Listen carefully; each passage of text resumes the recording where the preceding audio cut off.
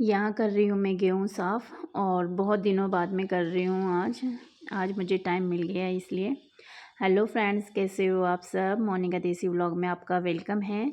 और फ्रेंड्स, ये गेहूँ का कट्टा लेके आए थे और मेरे गेहूँ ख़त्म होने वाला है। तो मैंने मंगवाया था कि मैंने कहा गेहूँ तो ले आओ, नहीं तो फिर ख़त्म हो जाएगा। तो फिर आटा लाना पड़ेगा मार्केट से, और वो आटा जो लाते हैं ना, आशीर्वाद आटा, वो फिर मुझे उसकी रोटियाँ अच्छी नहीं लगती है।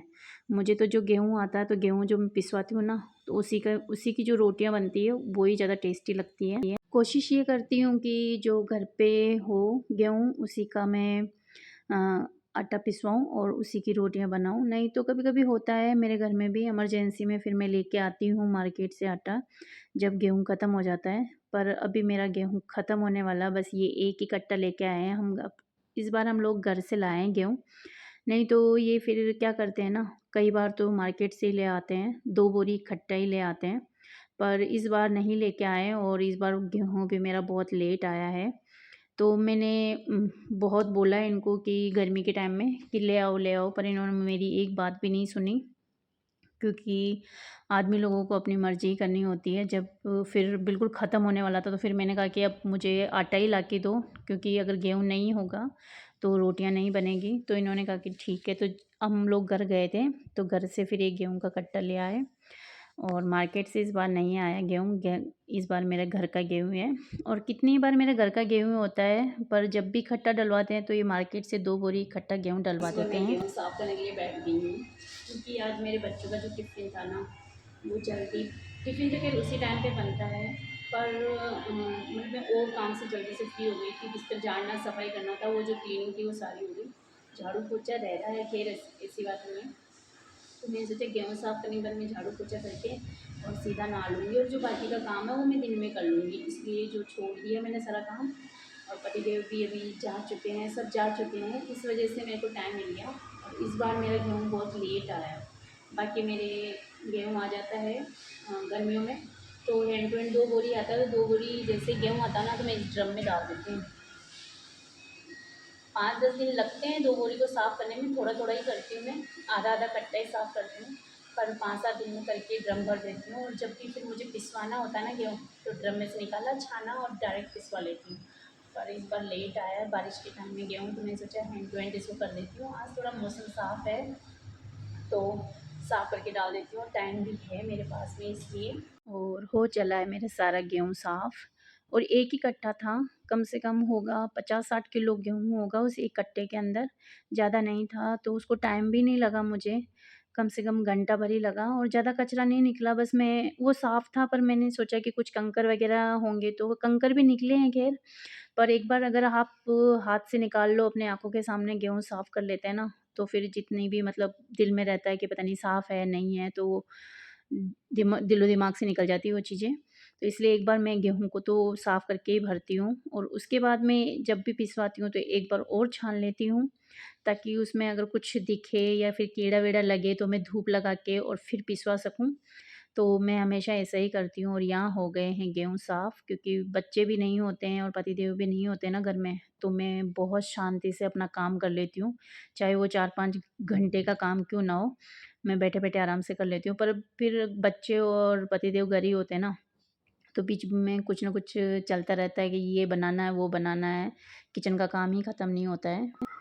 तो मैं सो के उठ गई थी, और मुझे बहुत गहरी नींद आई आज। और आज मतलब ऐसे बादल होते हैं ना बारिश जैसे, कभी-कभी। और आज मैंने लस्सी बना के भी पी ली थी ना दिन में, तो इस वज़ह से मुझे बहुत ज़्यादा नींद आई, और मैं अभी सो के उठी थी, और सो के उठ के रेडी हो गई हूँ। और मैं जा रही हूँ मार्केट कुछ काम से। और मार्केट से आके आप लोगों को बताऊँगी कि मैं किस काम से जाके आई हूँ। और बेटे ने बना दी है चाय, तो मैं पहले पीऊँगी चाय, चाय के बाद में ही फिर जाऊँगी। और मुझे लेने आ रही मेरी फ्रेंड। और कपड़े मेरे मैं जो लेके आई थी ना छत से, तो सारे कपड़े भी मैंने समेट दिए। खाना भी मैं वापस आके बनाऊँगी, जो भी सारा काम है मेरा वो मैं वापस आके करूँगी। तो मैं पहले पी लेती हूँ चाय। जो चाय होती है ना, वो मेरा बेटा बनाता है मेरे। मैंने पहले भी बताया आप लोगों को मेरी दिन की चाय कौन बनाता है। मैं दिन में चाय बनाना बंद कर दी मैंने। कॉफ़ी या चाय कुछ भी बनानी होती है ना, तो यही बनाता है अधिकतर। और कभी ये नहीं होता है या फिर ये होमवर्क वगैरह कर रहा होता है ना, तो फिर मैं बना लेती हूँ। तो आ जाइए, ठंडा ठंडा मौसम हो रहा है, गरम गरम चाय जिसको भी पसंद है उसका वेलकम है, जिसको नहीं है उसको कॉफ़ी बना के पिलाएंगे।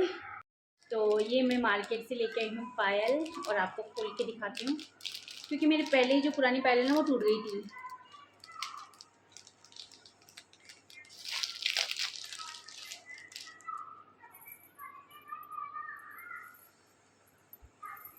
बहुत सुंदर पायल है, बहुत प्यारी भी लग रही है। देखिए आपको पास से दिखाती हूँ। और मुझे है ना हमेशा ही बजने वाली पायल चाहिए, चाहे छोटी हो चाहे बड़ी हो, जब तक पायल बजती नहीं है ना तो अच्छा नहीं लगता। क्या बनाया है?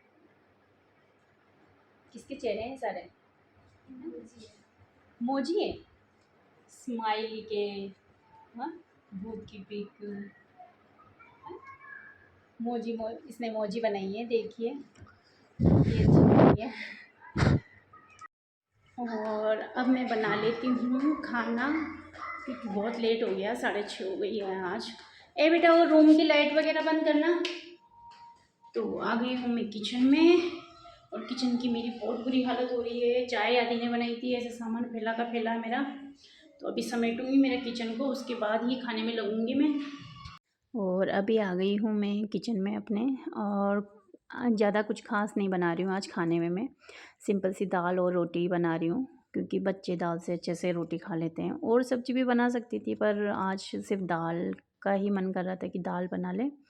और दिन में जो पड़ा रहता है ना खाना, सब्ज़ी वगैरह, तो वो काम में ले लेती हूँ मैं। कितनी बार ऐसा होता है कि दिन में जो सब्ज़ी बचती है उसको हम लोग शाम को काम में लेते हैं। दाल शाम को बहुत कम खाना बनता है, कभी कभार तो दाल चावल से ही काम चला लेते हैं हम लोग, या फिर खिचड़ी बना लेते हैं। पर व्रत चल रहे हैं तो फिर व्रत के हिसाब से दिन की सब्ज़ी भी पड़ी थी, वो भी काम में आ जाएगी, और दाल बना ली है तो दाल भी मेरे काम में आ जाएगी फ्रेंड। तो फ्रेंड्स, आज का मेरा व्लॉग कैसा लगा कमेंट बॉक्स में ज़रूर बताना। और अगर आप मेरे चैनल पे पहली बार हो तो चैनल को ज़रूर सब्सक्राइब कर दीजिए, वीडियो को लाइक कर दीजिए, ज़्यादा से ज़्यादा शेयर कर दीजिए। और फ्रेंड्स, आप लोगों से मैं रोज़ एक ही बात बोलती हूँ कि अगर आप वीडियो देखते हो तो उसको कम से कम 2 से 3 मिनट वॉच कीजिए। बिना वॉच किए वीडियो का कोई मतलब नहीं है कि हम डेली वीडियो अपलोड करते हैं इतनी मेहनत करके, और अगर उसमें वॉच टाइम नहीं आता है तो मन दुखता है, और व्यूज़ भी नहीं आते हैं। ना वॉच टाइम आता है ना व्यूज़ आते हैं, तो फिर दिमाग घूम जाता है। कभी कभी तो ऐसा लगता है कि कोई व्लॉग ना डालूँ मैं, पर वो रहता है ना कि मेहनत करते रहना चाहिए, कभी हार नहीं माननी चाहिए। अब मेरा जो काम है वीडियो अपलोडिंग का, वो मैं मेहनत करके डेली डालती हूँ। फिर आप लोगों की मर्ज़ी, आपका प्यार है, आप कितना देते हो कितना नहीं। Thank you.